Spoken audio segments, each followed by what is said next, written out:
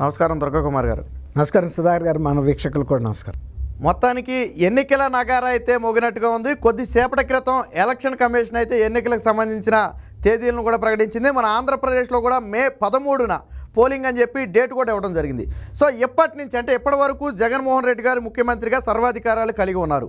ఇప్పుడు ఎన్నికల షెడ్యూల్ విడుదల చేసిన నేపథ్యంలో ఎప్పటి నుంచి జగన్మోహన్ రెడ్డి అధికారాలు ఏ విధంగా ఉంటాయి, అలాగే అధికారులు ఏ విధంగా వ్యవహరించాల్సి ఉంటుందంటారు? అంటే ఇక ఎలక్షన్ నగారా మోగినట్టేనండి.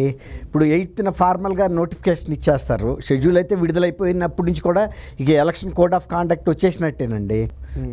గతంలో ముఖ్యమంత్రులకు ఉండేటువంటి అధికారాలు, మంత్రులకు ఉండేటువంటి అధికారాలు ఇవన్నీ కూడా ఇప్పుడు కేంద్ర ఎన్నికల సంఘానికి, రాష్ట్ర ఎన్నికల సంఘానికి దఖలు పడుతుంది.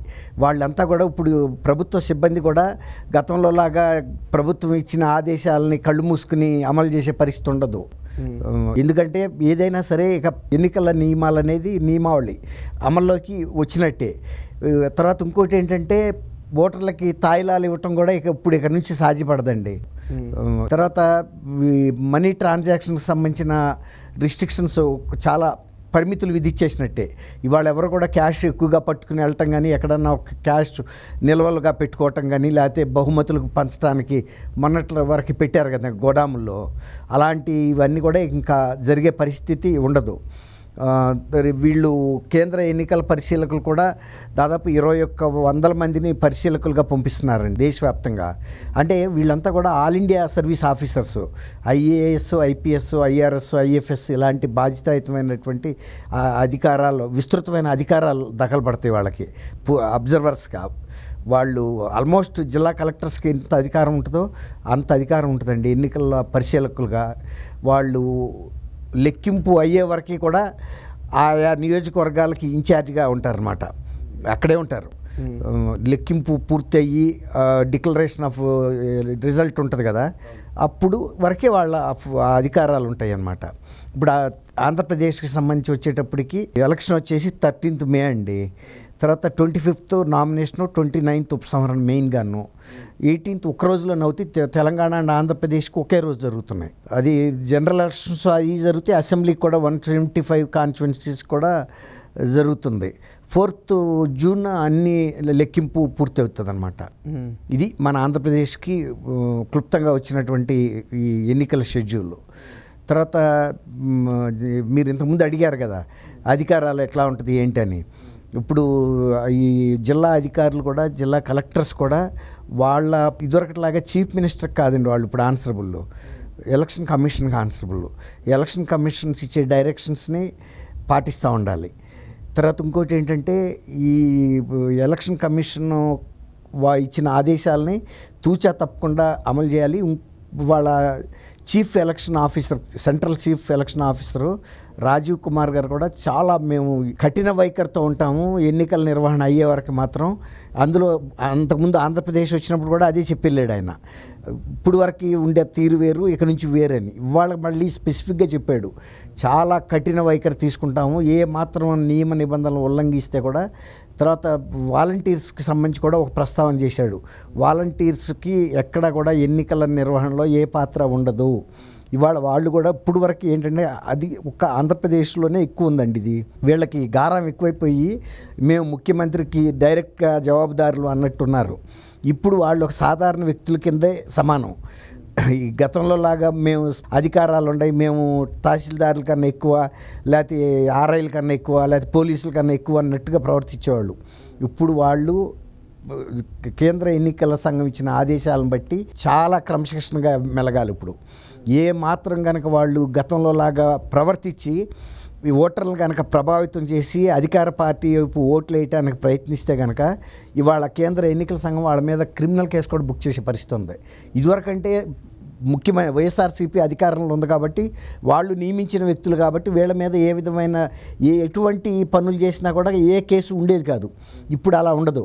ఎవరన్నా సాధారణ కార్యకర్తలు, మామూలు వ్యక్తులు కూడా వెళ్ళి ఇదిగో ఇతను ఎక్సెస్గా బిహేవ్ చేస్తున్నాడు, ఓవర్ యాక్షన్ చేస్తున్నాడు అని కనుక పోలీస్ స్టేషన్కి వెళ్తే వాళ్ళు బుక్ చేయాల్సి వస్తుంది. ఒకవేళ కనుక చేయలేదనుకోండి, ఎన్నికల అధికారి దృష్టికి కనుక తీసుకెళ్తే కన్సర్న్ పోలీస్ ఆఫీసర్ కూడా ఇరుకులో పడిపోతాడు. నువ్వు ఎందుకు తీసుకురాలేదు, మళ్ళీ అక్కడ ఆగడు కదండి అతను. నియోజకవర్గ ఇన్ఛార్జి దగ్గరికి వెళ్తుంది, ఆర్డీఓ దగ్గరకో, సబ్ కలెక్టరో, జాయింట్ కలెక్టరో వెళ్ళినప్పుడు ఆ పోలీస్ అధికారులను కూడా శిక్షించే పరిస్థితి ఉంటుంది. తర్వాత రేపు వచ్చే గవర్నమెంట్లు కూడా ఇప్పుడు ఈ కంప్లైంట్స్ ఏవైతే వస్తాయో అప్పుడు వీళ్ళ మీద క్రిమినల్ కేసు బుక్ చేయొచ్చు. ఇప్పుడు వరకు వాళ్ళు ఒక దత్తపుత్రులాగా ఉన్నారు స్టేట్ గవర్నమెంట్కి. అది అయిపోయింది ఆ చరిత్ర. ఇవాళ కేంద్ర ఎప్పుడైతే సిఇఓ గారు ఎన్నికల నోటిఫికేషన్ అనౌన్స్ చేసేసాడో ఇక కొంచెం వాళ్ళు జాగ్రత్తగా ఉండాల్సిందే. అందులో ఇంకోటి అండి, వాళ్ళు ఏంటంటే వాళ్ళేం పెద్దగా చదువుకున్న వాళ్ళు కూడా కాదు, కొంతమంది ఉన్నారు డిగ్రీ వాళ్ళు, ఇంజనీరింగ్ వాళ్ళు, కానీ ఎక్కువగా వాళ్ళ కార్యకర్తలనే పెట్టారు కాబట్టి వాళ్ళు పార్టీ మనకిచ్చిన అధికారం ఉందని వెళ్తున్నారు.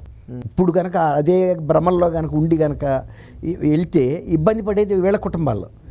ఈ వ్యక్తులుగా వీళ్ళు తిరగాలి కోర్టుల చుట్టూతా, కేసుల చుట్టూతా. కాబట్టి ఇక వాళ్ళు కొంచెం పరిమితంగా ఉండాల్సిన పరిస్థితి అయితే ఏర్పడింది. గ్రామాల్లో ఇప్పుడు ప్రజలు కూడా ఈ దొరలాగా వాళ్ళకి భయపడాల్సిన అవసరం ఏం లేదు. ఏమాత్రం వాళ్ళు తేడాగా మాట్లాడినా, బెదిరింపు ధోరణిలో మాట్లాడినా, ఇళ్లకొచ్చి పెత్తనగా మాట్లాడినా, పెత్తందారులకి పేదలకి మధ్యలో పోరాటం అన్నాడు కదా, వీళ్ళు ఒక పెత్తందారి ధోరణితో కనుక మాట్లాడితే వెళ్ళిపోయి పోలీస్ స్టేషన్కి కంప్లైంట్ ఇవ్వచ్చు. అదే కాపీ ఎస్పీకిను ఎలక్షన్ అధికారులు కూడా పంపాలి. వాళ్ళు పంపినప్పుడు అప్పుడు ఆ ఎస్ఐ ఎవరైతే ఉంటారో స్టేషన్ హౌస్ ఆఫీసర్ అంటారు, కొన్నిసార్లు ఏమో ఎస్ఐలు ఉంటారు, కొన్నిసార్లు సిఐలు ఉంటారు పెద్ద టౌన్లో అయితే. ఆ కాపీలు కనుక పంపారనుకోండి ఖచ్చితంగా వాళ్ళు అక్కడి నుంచి కూడా అడుగుతారు పలానా కంప్లైంట్ మీద మీరు కేసు బుక్ చేశారా లేదా అని. అప్పుడు ఇక తప్పుకోవడానికి వీలుండదు. ప్రజలు కూడా కొంచెం నేర్చుకోవాలి. ఇప్పుడు ఇదివరకట్లాగా వాలంటీర్స్కి వంగి సలాములు చేయాల్సిన అవసరం ఇక లేదు. నోటిఫికేషన్ వచ్చిన ఇన్ని మార్పులు జరుగుతాయి పరిపాలన. ఇప్పుడు ముఖ్యమంత్రి గారి అధికారాల్లో ఏమైనా మార్పు వస్తుందంటారా? ఇక ముఖ్యమంత్రి గారి అధికారాలు లేకపోతే నిర్ణయాలు, ప్రభుత్వ నిర్ణయాలు అంటూ ఏమి ఉండవండి. ప్రభుత్వం ఎటువంటి నిర్ణయాలు చేయకూడదు. సాధారణ పరిపాలన వరకు మాత్రమే వాళ్ళు పనిచేయాలి, అంతే తప్ప కొత్తగా మేము విధానాలు ప్రకటిస్తాం, తాయిలాలు ప్రకటిస్తాం, మేము ఎలక్షన్లను ప్రభావితం చేసే విధంగా ప్రభుత్వ నిధులను ఉపయోగిస్తాము, లేకపోతే సిద్ధం సభలు పెడతాము ప్రభుత్వ ఖర్చులతో అంటే కుదరదిక.